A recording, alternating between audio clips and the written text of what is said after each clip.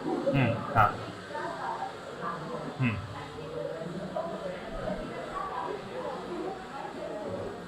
हाँ। अच्छा, क्या नाम है आपका?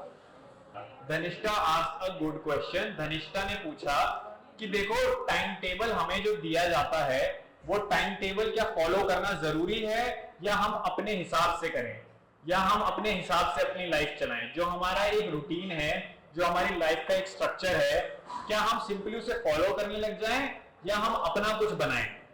अब आप ये समझो कि जो भी टाइम टेबल बना हुआ है, जो भी रूटीन बना हुआ है, जो भी लाइफ का स्ट्रक्चर बना हुआ है, वो बना इंसान के लिए है। वो इस एटलीस्ट अजम्पशन पे बनाया गया है कि ये कहीं हमारी लाइफ में कोई स्ट्रक्चर लाएगा, हमें कुछ समझाएगा।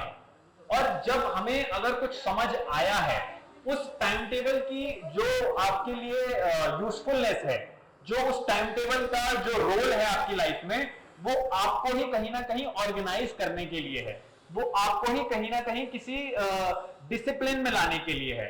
और जब हमारे पास एक इंटरनल डिसिप्लिन है, जब हम कुछ ओरिजिनल समझ रहे हैं, जब हमारे पास कोई एक डीपर इंसाइट है अपनी ही लाइफ को लेकर, तो जरूरी नहीं है कि हम बस वो जो टाइम टेबल पहले था उसको अभी भी फॉलो करते जाएं।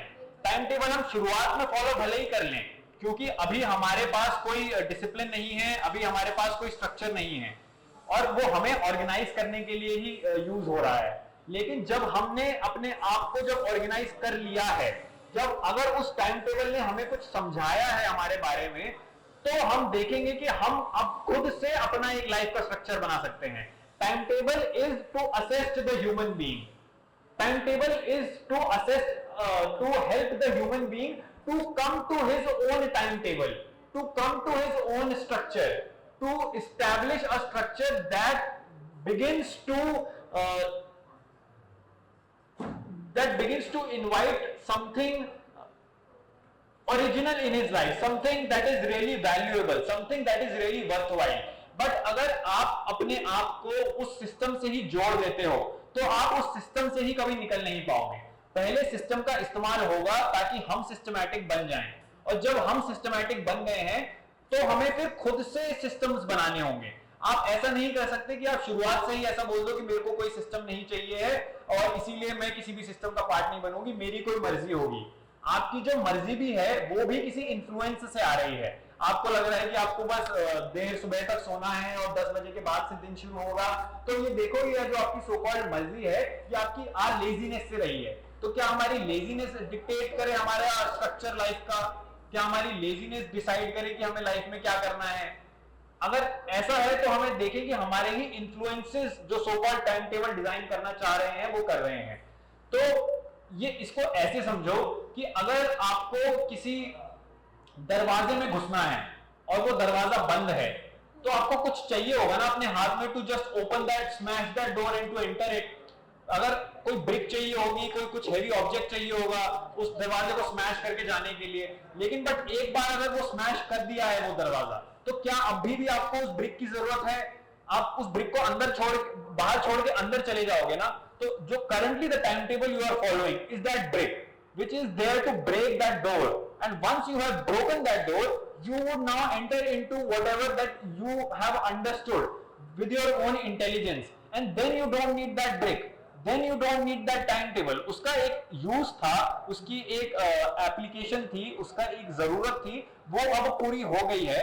तो अब जरूरी नहीं है कि आप उसको ही लादे रहो अपने ऊपर। ये ऐसा ही है कि अगर मेरे को नदी पार करनी है, मेरे को दूसरे डायरेक्शन में जाना था, और उस दूसरे डायरेक्शन में जाने के लिए मेरे पास एक बोट थी, वो बोट का मैंने इस्तेमाल करा और वो बोट का इस्तेमाल करके मैंने नदी क्रॉस कर ली। लेकिन अब मैं कह रहा हूं कि मेरे को अपनी आगे की जर्नी लाइफ में जीनी है। तो क्या ये बहुत ज्यादा इंटेलिजेंट बात है कि अब मैं आगे की जर्नी जीऊं अपने सर पे वो बोट रख के, कि मैं वो बोट लेके चलूं सर पे जहां जहां मैं जा रही हूं, क्योंकि जस्ट बिकॉज इस बोट ने मेरे को नदी हेल्प करने में पार करा है? नहीं ना। लेकिन जब आप वही स्ट्रक्चर के अंदर कंटिन्यू करते हो, आप कहीं ना कहीं वही बोट अपने सर पे लेके जा रहे हो, क्योंकि एक बार इस बोट ने आपकी हेल्प करी वो नदी पार करने के लिए, तो आपको एक तरीके से इल्यूजन हो गया कि ये बोट अब मेरी हर टाइम हेल्प करेगी। तो अब आप उस बोट को सर पे रख के अपने हर जगह चल रहे हो। उसका बस एक यूज था एक पॉइंट तक, जिस पॉइंट पे हमें समझना होगा कि उस पॉइंट तक ठीक है हम आ गए हैं, इसका इस्तेमाल ही ये था ताकि हम ये जो क्रॉस करना था हमने वो क्रॉस कर लिया, हम कुछ समझ गए इस बोर्ड से, हम कहीं पहुंच गए। अब जरूरी नहीं है कि हम इस बोर्ड को लग अराउंड करें। तो यही है वो टाइम टेबल जो आपको अभी दिया जाता है आपकी स्कूल लाइफ में, वो इसीलिए है ताकि आप इसको इस्तेमाल करके कुछ समझो, कुछ कहीं पहुंचो, कहीं कुछ अपने ही डायरेक्शन खुद से डिस्कवर करो। और जब आप वो डिस्कवर करोगे तब आपको उस टाइम टेबल की जरूरत नहीं होगी, तब आपको स्ट्रक्चर की जरूरत नहीं होगी, क्योंकि अब आपके पास वो इंटेलिजेंस होगी जो अब अपने स्ट्रक्चर बना सके, जो अपनी समझ से, अपने किसी इन्फ्लुएंस से नहीं, अपने किसी प्रेशर से नहीं, किसी दबाव से नहीं, अपनी एक इंटेलिजेंस से, अपनी एक ऑनेस्ट इंटेलिजेंस से वो कुछ उसने डिस्कवर करा है और उस डिस्कवरी को फिर वो अब एक स्ट्रक्चर के अंदर डाल सकती है जो उसकी ही इंटेलिजेंस से आ रहा है। तो जो टाइम टेबल वाली बात है वो बस हमारे एक पॉइंट तक ही इस्तेमाल होता है, लेकिन इंसान गलती ये कर देता है कि वो लाइफ भर उसे फॉलो करता है, वो लाइफ भर वो ईंट रख के चलता है अपने साथ, वो लाइफ भर अपनी बोर्ड सर पे रख के चलता है अपने साथ, और वही फिर उसका बोझ बन जाती है, क्योंकि उसको लगा है कि इसने अगर मेरी लाइफ में एक पॉइंट पे हेल्प करी है तो ये लाइफ पूरे टाइम मेरी हेल्प करेगा। जो लाइफ का स्ट्रक्चर है जो हमने बात करी, एजुकेशन, जॉब, फैमिली, डेथ, ये हमें दिखा कि यही लाइफ है और ये हमें हेल्प करेगी, तो हम पूरी लाइफ ही स्ट्रक्चर को डेडिकेट कर देते हैं। इसीलिए बहुत जरूरी है कि the earlier you understand that life is not necessarily to be lived as other people are living it or as my society is telling me to live. I have to come to my own intelligence. बस ऐसा आप एक superficial इसके towards revolution भी नहीं कर सकते, just superficially revolting against it, कि मैं तो किसी के हिसाब से नहीं चलूंगी, मैं तो रूल्स का कहना नहीं मानूंगी, मेरे को जो बताया जा रहा है वो मैं नहीं करूंगी। अगर ये बहुत ही सुपरफिशियल है, you are revolting for the sake of revolting, to assert your some will, to assert your dominance, then it is simply reactionary, क्योंकि आपको बांधा गया और आपको बंधा हुआ थोड़ा महसूस हुआ और आप बस टूटना चाह रहे हो क्योंकि आपको बंधे हुए से परेशानी है। ऐसे आप कुछ नया नहीं कर पाओगे, क्योंकि वो आपके पास एक रिएक्शन से आएगा। हमें थोड़ा अपने आप को थोड़ा ऑब्जर्व करना पड़ेगा, समझना पड़ेगा, और उस समझ से आप शायद कुछ एक मीनिंगफुल प्रोबेबली रिवोल्ट कर सको, कुछ मीनिंगफुल नया कर सको, कुछ ओरिजिनल कर सको, कुछ फ्रेश कर सको। वो बस कोई किसी ने आपके ऊपर अपनी एक मर्जी डाली और उसके अगेंस्ट आपने अपनी मर्जी रख दी, तो this is just two wills to one word against the other. There is no intelligence that is acting upon this world.